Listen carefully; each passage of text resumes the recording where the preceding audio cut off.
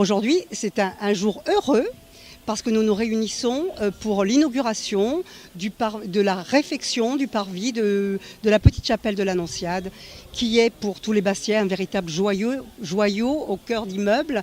Ça paraît improbable, mais c'est justement magnifique de la trouver là, avec une réhabilitation, je crois, qui va faire plaisir à tous. Quelles sont les modifications qui ont été apportées ? Je ne sais pas si vous avez le souvenir de ce que c'était auparavant.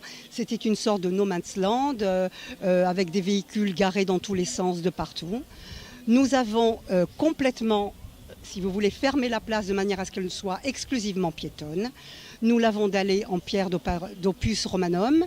Nous avons également pensé à l'éclairage public qui est tout à fait nouveau.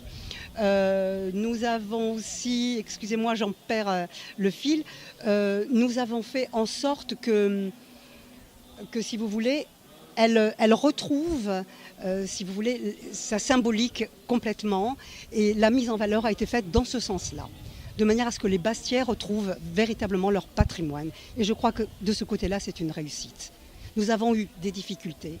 C'était un chantier difficile parce que c'est un terrain amiantifère, mais nous avons travaillé avec l'inspection du travail, je peux dire main dans la main. Ils ont été très compréhensifs, ils nous ont donné énormément de préconisations que nous avons suivies à la lettre, et le chantier a pris un petit peu de retard, mais finalement c'est terminé juste quand il le fallait.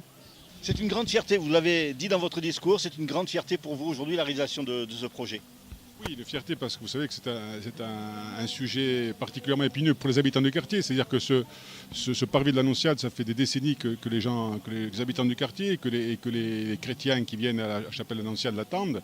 Donc c'est un projet qui est arrivé à bon port, qui a été réalisé. Il a fallu que les services municipaux usent d'ingéniosité pour réussir à contourner le problème de l'amiante, sachant que nous sommes dans une zone très, très amiantifère. Donc oui, ils ont usé d'ingéniosité, de créativité, puisque le résultat final est magnifique. Donc une fierté pour le maire, pour les élus municipaux de la majorité, et également une fierté parce que pour l'élaboration de ce projet, si vous voulez, on a fait participer les membres du conseil de quartier de l'Annonciade qui ont participé, qui ont proposé. Et on peut dire que ce projet, c'est autant le leur que le nôtre.